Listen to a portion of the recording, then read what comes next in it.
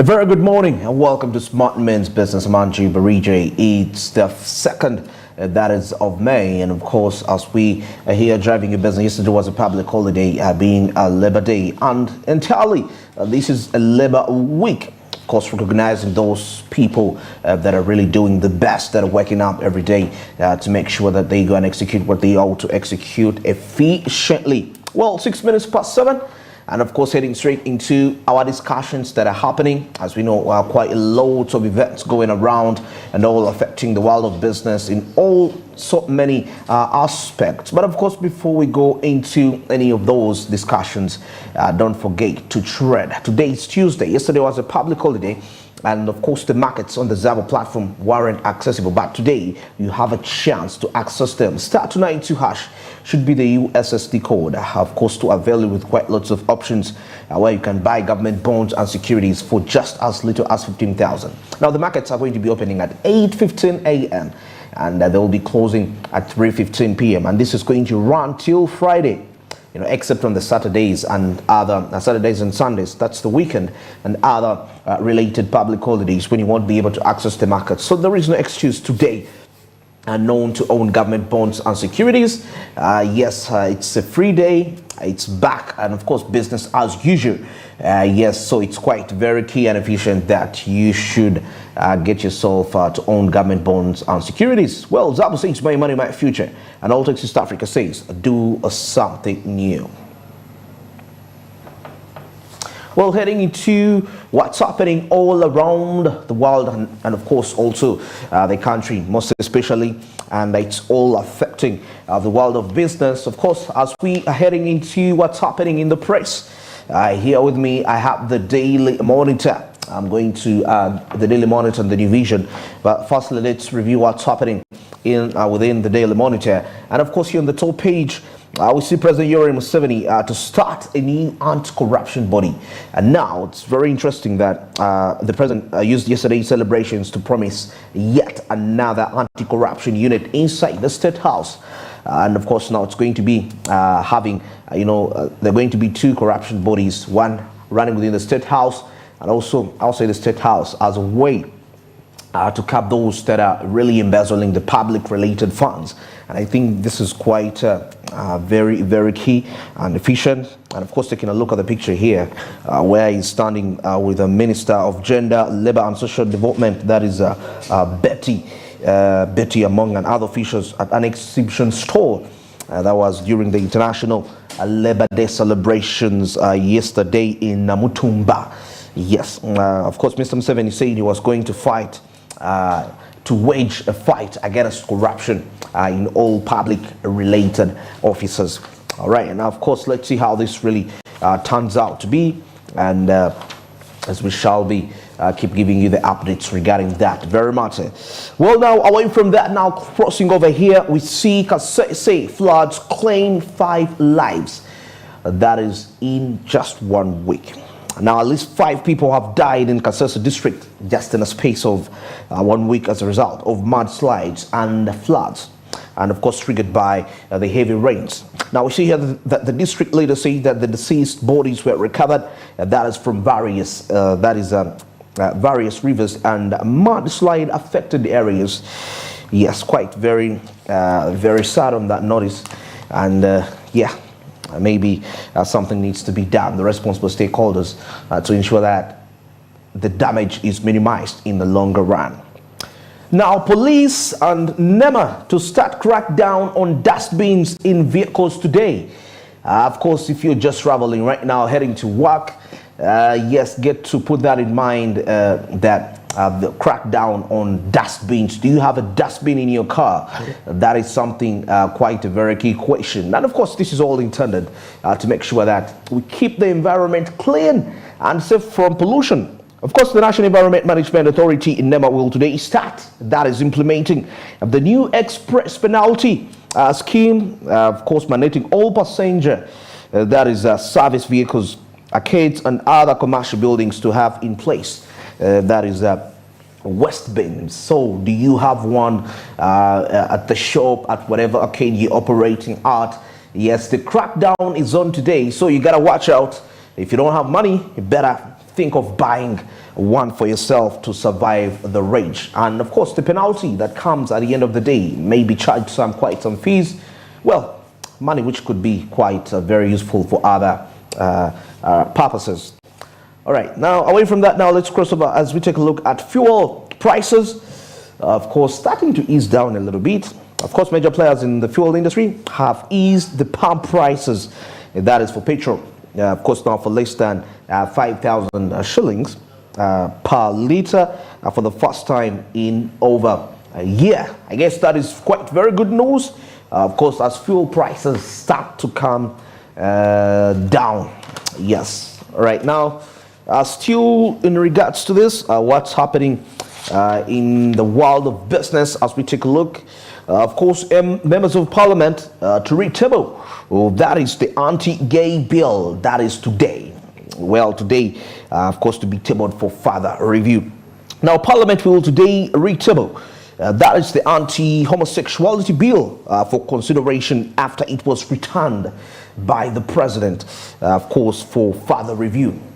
And I remember last week still when the United States of America told Uganda, of course, what amount of support it will be losing when this law is put into action, when it is signed regarding that. Well, we shall be getting to see what's going to be the overall discussions from the members of parliament regarding this very law. Now, doctors' strike affecting service delivery, of course, says the officials. Of course, the Ministry of Health has appealed to the senior house officers who started striking yesterday. Yes, that is overpayment areas to resume work to minimize effects. That is on service delivery and disruption of their learning. You see, now this is the two-way aspect. Of course, service delivery needs to be really on point. You have to treat the patients, but also on the other side of the coin, me, the person that is treating the patients, I'm not being catered for. So what is the way forward? Trying to create a balance here where we see it's a win-win for every person. Don't know how they are going to compensate these doctors, but of course their strike is affecting service delivery. I guess now we are feeling the effect of that, and that's not quite okay for the economy. Actually, it's not really okay. Now here we see still in the Daily Monitor in the national news section, why Minister halted taxes that's on gold exports. Now, Energy Minister Ruth Nankabira has said that she halted the collection of 600 billion Ugandan shillings in taxes, that is from global exports, after the affected dealers went to court. Who are these affected dealers exactly? You'll be finding out more of the details when you get yourself a copy, that is, of the Daily Monitor. Now here we see that insurance players urged to target low-income earners. Yes, for long we've known insurance to be for people with money. I mean, something quite expensive. But now the insurance players are being urged. Now government wants insurance industry players to target low-income earners in order to promote, that is, uptake of insurance in the country. And remember, there has been this overall aspect of, promoting health insurance, seeing the medical prices going high, but now probably this could be one of the ways adapting to one sector of the insurance can actually lead to adaptation to full other sectors related to insurance. We start with life insurance and then coming in down to other related products like you insure your business away from insuring your life. So that is quite a positive step towards here. But health insurance is key. Should be one of the aspects that should be really focused on largely, depending on where the country is at this point in time. Okay, now the Attorney General seeks to represent police officers in Chirumira land cases. So what is this case about? And of course, getting to understand what the officers into this particular aspect. The AG, that is the Attorney General, to represent police officers in Chirumira land case. So it's representing the police officers, of course, in this case. Now, of course, here we see that more than 800,000 could flee fighting in Sudan. That's according to the United Nations. Okay, still further here in the national news section, police to punish, that is, officers in illegal charcoal trade. Well, charcoal trade, seeing officers into this. This is quite very interesting. Now, the police have launched investigations that is into allegations that officers in Acholi sub-region are actually actively involved in illegal commercial charcoal and timber trade. This is according to what the press is putting out here. Now, last Friday, Deputy Inspector General of Police, that is Major General Tumsime, while speaking to journalists, of course, said that the force has launched investigations into the allegations and that implicated officers, and they will face the law regarding this. And remember, as we are trying to conserve our environment and, you know, such related acts in such trades, it's quite very devastating when it comes to the environment. Now, that's why we are seeing all these related laws and regulations being put onto this particular trade. Well, of course, lastly, from the Daily Monitor here, we see Europe's carbon border tax could help Africa. How will it help Africa? You'll be finding out more of the details there. Now, crossing over to the New Vision. Yes, New Vision. Here on the top page, we see that the parish development model will create 70 million jobs. And of course, says President Yoweri Museveni, we shall create more jobs than the population. Very interesting. So that's about 70 million jobs vis-a-vis a population of 45 to 48 million Ugandans. Well, because again, if you are to take a look at that, it sounds very interesting, but is it realistic? Is it applicable in that? All right, we shall be seeing as, you know, time goes on, seeing how the reality of the vision of the parish development model creating 70 million jobs. But that's good news anyway, and we see that how best this can be put into into reality. Now, President Yoweri Museveni has said that the parish development model program will, if well managed, will create 70 million jobs. Now, speaking during the celebrations in Labour Day in the Mutumba district yesterday, President Yoweri Museveni said, guided workers that the biggest debate in the country today should be, that is about, he said it should be about enhancing the welfare of course, the different Ugandans by creating jobs with the parish development model. Now, this is something that is quite important. I always talk about in my discussions, everything is okay what is going on, but there are what we call the core factors in any country, the core factors of life, and this is something to do with the welfare of the individuals within that country. You can talk about quite so many aspects, but welfare of individuals is always the core, because that's the overall source of whatever it comes out into the economy. It starts with the welfare, that individual. How is he living? How is he sleeping? Is he having enough to eat? Of course, when he's okay, definitely, it's inevitable. The economy will be very efficient. Now, World Bank commits 15 billion Ugandan shillings for Kamwenge roads. That is a market. Now, the World Bank has committed 15 billion Ugandan shillings for Kamwenge district local government. That is to revamp roads, markets, drainage systems, and related infrastructure projects. Well, that's quite a very good news coming there from the World Bank and Kamwenge.